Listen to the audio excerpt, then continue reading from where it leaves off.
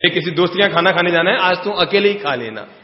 मिठास का प्रयोग करो भाई, कितने खटास बोलोगे जीवन में। और आप नहीं जानते, हम कड़वे बोल बोलकर, अहंकार की बातें बोल बोलकर, ईगो पाल पाल कर, घमंड में जी जी करके, अकड़ और हेकड़ी में रह रहे करके हम लोग कितने ज्यादा कर्मों का बंधन कर लेते हैं। और आज का जो सूत्र है ना, वो इसी बात को लिए हुए है। मिथ्या अहम के दोष से दूषित हुई है भावना, करता नहीं दृष्टा बनूं, मंगलमयी हो कामना। वो है बंधा जो मानता खुद को बंधा, संसार से जो मुक्त माने स्वयं को, वो मुक्त है जंजाल से। बहुत प्यारे सूत्र हैं। मिथ्या अहम के दोष से दूषित हुई है भावना। इस भावना में कई कई धर्म की भावनाएं पलती रही, पर एक दोष भीतर में पलता रहा, वो है मिथ्या अहम, झूठा दंभ। क्या कहा है इसको? मिथ्या अहम, यानी झूठा दंभ।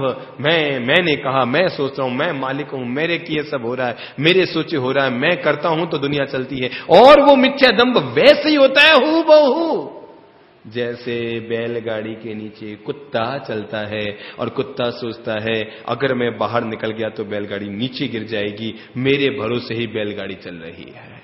मिथ्या अहम। वो सुनिए ना कहावत, बैलगाड़ी के नीचे कुत्ता चलता है, उसको पत्थर फेंको तो बाहर नहीं निकलता, वो सोचता है अगर मैं बाहर निकला तो बैलगाड़ी नीचे दब जाएगी। बैलगाड़ी के नीचे चलने वाला कुत्ता सोचता है बैलगाड़ी मेरे कंधे पे चल रही है। और मिथ्या अहम के दोष से दूषित भावना वाला व्यक्ति सोचता है ये दुनिया सारी मेरे बलबूते पे चल रही है, मैं नहीं रहूंगा तो दुनिया का क्या होगा। न राम रहे, न भीम रहे, न अर्जुन महाबली, कोई भी तो नहीं रहे ना, और किसी की न चली। सब भला इसी धरती पर आए चले गए, आए चले गए, आए चले गए। तुम भला सोचो कब तक पड़े रहोगे और तुम्हारा ईगो कब तक रहेगा। बड़े से बड़े सुंदर व्यक्तियों को मैंने जिंदगी को ढलते देखा है ना, जिंदगी को ढलते देखा है। कई अमीरों को रोड पर आते हुए देखा है। कल तक जो करोड़पति थे वो आज रोडपति है, कल तक जो रोडपति थे आज वो करोड़पति है। किस बात का अहंकार करते हो? बड़े बड़ों के पत्थरों को तैरते देखा और बड़े बड़ों के पत्तों को डूबते देखा है। ये तो जिंदगी की कहानी है भाई। कल तक जो अमीर थे आज वो गरीब हैं, कल तक जो शाह थे। अगर किसी भी व्यक्ति को ये देखना हो कि किस व्यक्ति का अहंकार धरती पे कितना टिक पाया, रावण को छोड़ो, अगर देखना है तो आंखों के सामने हुआ था सद्दाम हुसैन को याद करो, जिसकी शक्ति, जिसकी ताकत, जिसका बोलबाला, जो सोचता था वही संविधान, जिस पर अंगुली कर दे वही उसका अपना या पराया, जिसको हटाना हो हटाए, जिसको लगाना हो लगाए, उसकी अंगुली के इशारे पर, निशाने पर, इशारे पर पूरा इराक हिलता था। सोचो वो आदमी किस तरह से दूसरी तो हो गया, किस तरह से निस्तनाबूद हो गया, किस तरह से उसका अस्तित्व खत्म हो गया और किस कगार पर जाकर उसकी मौत आई। जिसके इतने बड़े बड़े बंगले थे, भारत की पूरी दौलत भी उसके सामने कुछ नहीं, कई बिड़ला, कई अंबानी धंबानी उसके आगे पीछे घूम जाए, इतनी बड़ी दौलत थी उसके पास। पूरे देश का शाह शक्तिमान था, अमेरिका को चैलेंज देता था, पूरे विश्व को चैलेंज देता था। और जिस समय उस आदमी का भाग्य डूबने आया तो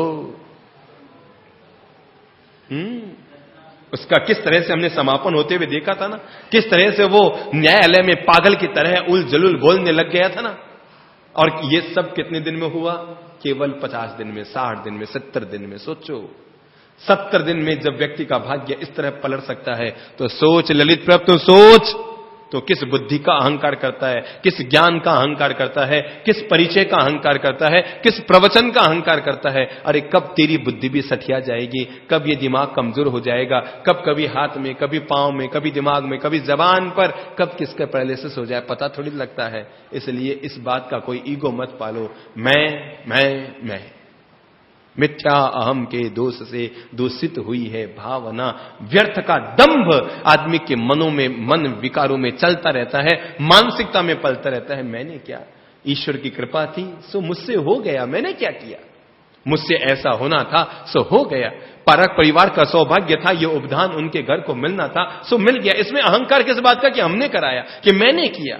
ये तो सौभाग्य रहा, ईश्वर की कृपा रही, तुम्हारे घर से होने का योग था सो हो गया। पर कुछ लोग होते हैं जो अहंकार, बस हमने किया, हमारा फोटो, हमारा नाम, हमारा चित्र, हमारा परिचय, हमें माला, बस यही आदमी के मन में पलता रहता है।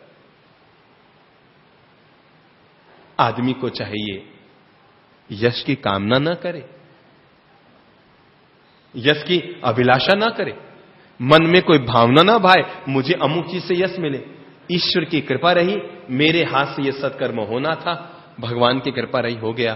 प्रभु तूने मुझे छप्पर फाड़ कर दिया, मैंने कुछ नहीं किया, मैंने थोड़ा सा जेब फाड़ कर बाहर निकला और कुछ नहीं किया। तूने क्या दिया? छप्पर फाड़ के दिया और मैंने जेब को फाड़ के थोड़ा सा उसमें से बाहर निकाला है। तो जब प्रभु को समर्पित करो ना, मैं देखा करता हूं लोग जाएंगे नाकोड़ा जी में, बोली बोली जा रही है, 4 लोग खड़े हैं, 21 माण, 51 माण, 1000 माण, 2000 माण, 5000 माण, 7000 माण, 11000 माण, 25000 माण, और उसको मिल गया 25000 मण। अब वो आदमी यों होकर के, बोली वाला आदमी यों होकर जा रहा है, आज मेरी बोली है, मेरा चढ़ाव। तेरा सौभाग्य था, तुझे मिल गया, भगवान ने तुझे छप्पर फाड़ के दिया था, तूने जेब फाड़ के निकाल दिया। अब वो बोली वाला आदमी यों अकड़ कर जाएगा, उसको साफा पहनाया जा रहा है, यों साफा पहनेगा। विनम्र बनो। मैं तो कहूंगा अगर आपने भैरव जी की आरती की बोली ली है ना, आप साइड में खड़े हो जाओ, देख लो कोई ऐसा व्यक्ति है जो चेहरे से गरीब वरीब दिख रहा है, आओ भैया तुम मेरे साथ आओ, तुम आरती का सौभाग्य लो। धन आपने लगाया और सम्मान दूसरे को दिलाया। भगवान कहते हैं यही है धर्म भावना। ये क्या है? धर्म भावना। चढ़ावा आपने लिया, लेकिन पास में एक व्यक्ति खड़ा था, पधारो भाई साहब, आप पधारो, आप आरती का लाभ लो, और खुद पास में खड़े हो गए, उसके सिर पे साफा पहनाया। उसका आनंद ही कुछ अलग होता है। पूजा करो पर वापस पूजा की कामना मत करो। याद रखना, कागज पेन हो तो लोड कर लो, और वो ये है सम्मान हमेशा देकर खुश होइए, इसे पाने की कोशिश ये हमेशा दीजिए जितना औरों को देंगे। देखो भाई, अंगूठे में चंदन का तिलक आप किसी के सिर पे लगाएंगे, आपको लगता है मैंने उसके सिर को सुगंध से भर दिया, अरे उसका सिर तो पीछे सुगंध से भरा, उससे पहले आपका अंगूठा सुगंधित हो गया। सम्मान हमेशा दो, सम्मान हमेशा देकर खुश हो। ये देने की चीज है, इसको पाने की कोशिश मत करो। जब भी माला पहनने का मौका आ जाए, लो साहब आप पधारो, आप पहनो माला, अपने भाई को ले लो, अपने छोटे भाई को ले लो, अपनी भाभी को ले लो, अपनी मां को ले लो, अपने पड़ोसी को ले लो, अपने परिचित को ले लो, लो साहब पधारो, आप माला पहन लो, मैं तो बस ठीक है, मैं इस योग्य अभी तक हूं भी नहीं। और ये जो अपनायत, ये जो विनम्रता, ये जो सदासहता होगी, यही आदमी के जीवन की सबसे बड़ी साधना होगी, ये धर्म आराधना होगी। सो कहते हैं मिथ्या अहम के दोष से, झूठे दंभ से। भाई उम्मेद मल जी, उम्मेद सिंह जी, थे तो आप पहले भी, थे हैं आप अब भी, लोग आपको पहले भी जानते थे, अब भी जानते हैं।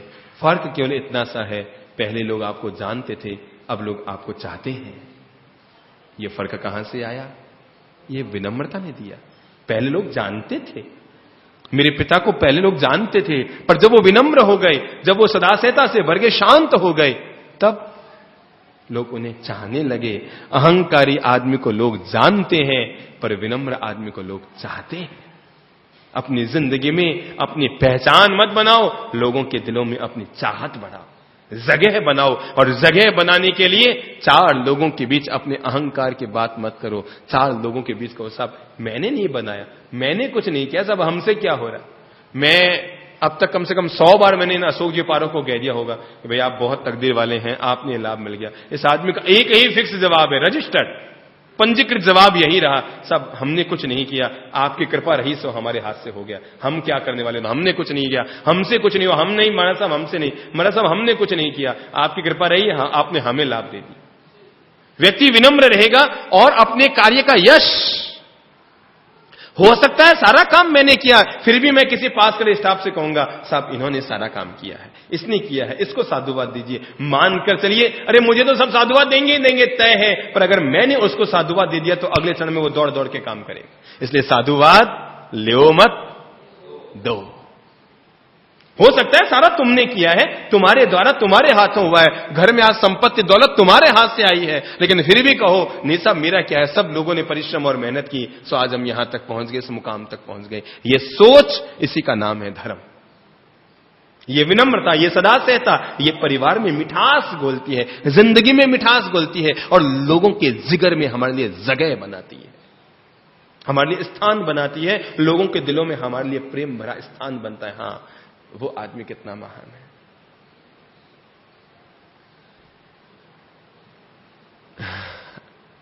मिथ्या अहम के दोष से दूषित हुई है भावना, मिथ्या अहम के दोष से मन में व्यर्थ का अहंकार मत पालो, विनम्र बनो, झुक कर रहो, छोटे से छोटा काम भी करने के लिए तत्काल तैयार रहो।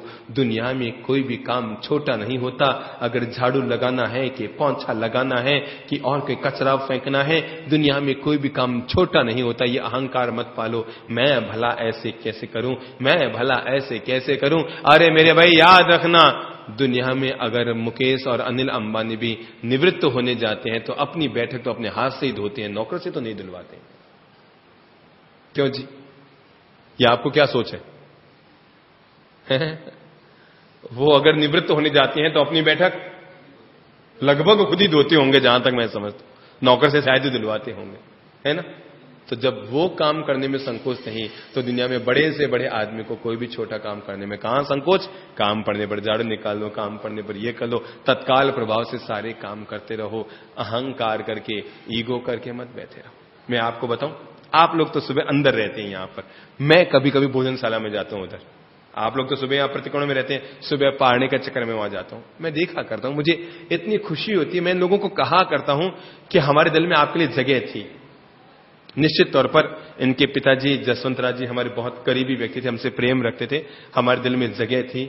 लेकिन मैंने कहा करता हूं कि जिस तरह से आप लोगों ने श्रद्धापूर्वक सेवाएं दी, अपने हाथ से चाय छानते रहते हैं, कैर का पानी छानते रहते हैं, वो करते रहते हैं, वो करते रहते हैं। बड़ा हो तो छोटे काम करने की आदत डालो, बड़े हो तो छोटे काम करने की आदत डालो। और ये जो छोटे से छोटा काम करने की आदत है, यही आदमी को बड़ा बनाती है। और हमारे दिल में अगर जगह बनी इस परिवार और घर के लिए, तो इस बात के लिए नहीं कि इन्होंने उपदान कराया, ये नहीं करा तो क्या बड़ी बात हुई, 10 लोग और थे हमारे पास, 5 लोग और थे हमारे पास कराने वाले। अभी भी लोग नाराज हो रहे हैं हमसे कि साहब हमसे नहीं दिया गया। आज सुबह एक बहन मुझसे नाराज हो रही थी कि आपने मुझे पिछले साल हां भरी थी कि आपकी तरफ से कराऊंगा, और आपने मेरे कान में नहीं डाला, दूसरे व्यक्ति को आपने हां भर दी, आज सुबह की बात। लेकिन हमारे दिल में इस बात के लिए जगह नहीं कि ये लोग 8 लाख खर्च करके उपदान कराएंगे। हमारे दिल में इस बात की जगह है कि ये लोग इतने श्रम, श्रद्धा, भक्ति पूर्वक। और मैं देखा करता हूं किचन में काम पड़ने पर पहुंचे को भी अड़ाट हाथ लगा लेंगे, पहुंच लेंगे, ये कर लेंगे, कटोरियां पहुंचने शुरू, गिलास से पहुंचने शुरू, ये पहुंचना शुरू, कोई जूठी थाली है झड़ से पहुंचना, कपड़ा लेके धोना शुरू। मुझे लगता है आदमी महान तभी बनता है, कोई भी आम मीठा तभी होता है जब वो पकता है, और जब वो पकता है तो नीचे लटकता है, झुकता है, तब वो मीठा बनता है। दुनिया में कोई भी आम अकड़ कर रहता है तो कच्ची कैरी ही रहता है, वो आम नहीं बनता कभी, याद रखना। वो कभी आम नहीं बनता, वो हमेशा अकड़ा हुआ कच्चा आम रह जाता है, मिठास उसमें नहीं आ पाता। तो अपने अहंकार को निकालो, ठीक है ना, अपने ईगो को निकालो, खत्म करो। हमने संबोधि धाम में एक व्यवस्था कर रखी थी, वो है जो भी व्यक्ति यहां खाना खाए अपनी थाली खुद धोए। अपनी थाली खुद धोए। एक बार की बात है, इसी उधर वाले जो बरामदा है ना, वहां पर संबोधि धाम के अध्यक्ष, मंत्री और कोषाध्यक्ष 3 लोग बैठे एक साथ भोजन कर रहे थे। तो पारसमल जी बंसाली थे अध्यक्ष उस समय, कैलाश जी बंसाली थे, और कोषाध्यक्ष कौन थे, कुंदनमल जी जिंदानी या कोषाध्यक्ष थे। ये 3-4 लोग एक ही थाली में बैठ के